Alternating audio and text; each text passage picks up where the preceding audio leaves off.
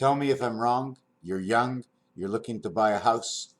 Doesn't matter what you're looking to do. The interest rate. Why do we really need the interest rate? Irregardless, if we moved into a new world where people would stop taking profits on other people, where we would pay the debt that we owe.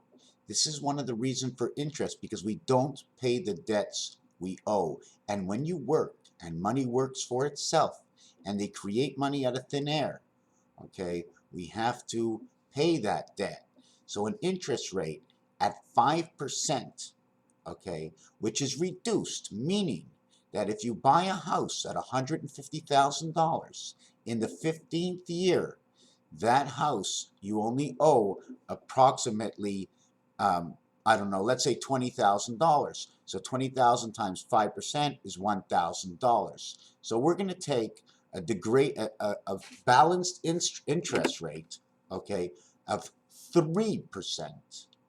3% of interest, continuous interest, 3% every single year on the same amount, $150,000 would cost you $4,500 a year.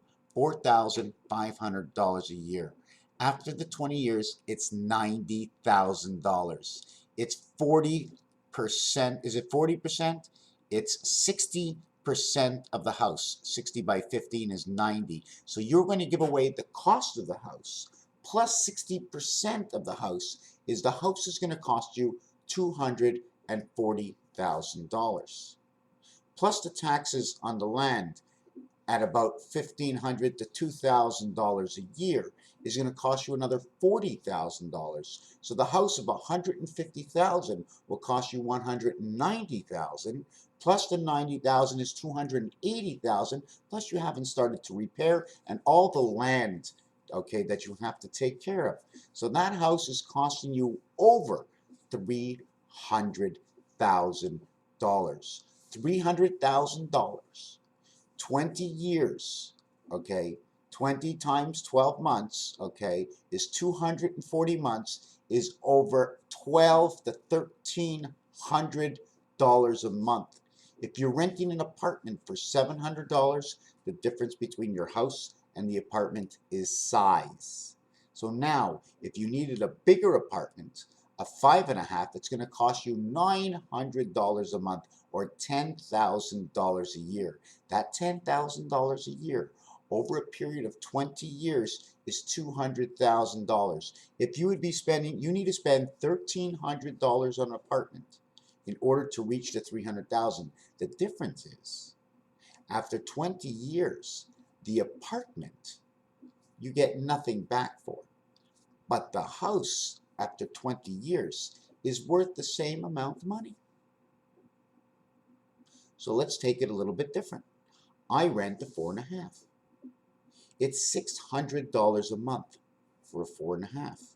$600 a month, which is about $7,200 a year. On 20 years is $140,000. If I had a house for $140,000, after 20 years, I get back my $140,000. Okay. Now, the $140,000 and the $150,000 I mentioned are the same thing, right?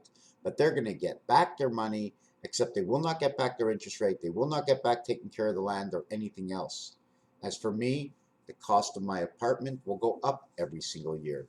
Approximately after 20 years, this $600 apartment is now costing me $800. So now I have to understand to really calculate my apartment at $700, which is $8,400 a year. $8,400 a year, 20 years, $168,000. Compared to the house that will cost $300,000, what do you get? You don't get an owner coming here and bothering you about the apartment, but in a house you have the neighbors. So let's say that we have more freedom with a house. Unless you're on a bigger piece of land, it's a lot easier. The house, somehow you can lose it because of laws, but let's not get into that. Let's just know that when you sell that house, after 20 years, you're going to buy another house and still you're not going to have any of that money. So you're never actually getting back that money, even if you have a house or you rent an apartment, except now you can borrow off the house because of that money, but you're always owing. O, the letter O, the biggest letter in the alphabet, and its creation, because it's in the W family. OW, in French it's UW. In fact, it's a double O, because it. U is in the W family. W and U is 44 area space, and something I haven't talked about. O is 38 area space under the church. Accent aigu, accent grave in French. One thing I also have not mentioned, and I know I'm getting off the subject, and I will not go any further than that, but this is what I had to say in this short video, is about how money works for you, how money works against you. We're not going to get into the dice cube and many other things. Raphael 7286 in a constellation of Pegasus, and I'm quite sure you've seen this everywhere else, but when it comes from a person that does my kind of science, it might mean a little bit different. Thank you for watching. Yes, yes. By me doing this, I just thought of it, right? To show you that I can understand the rest of the perspectives in life. Not only the science I do that might mean nothing to many people, but if you can also see that I understand the other perspectives in life, then maybe it'll mean a little bit more to you. Trust and understanding through one person, to follow and see through one person's eyes, to be able to ask one person who's objective to everything, is for me one of the greatest powers in life. Raphael 7286 in the constellation of Pegasus. They also call me Ralph and Rael. Thank you.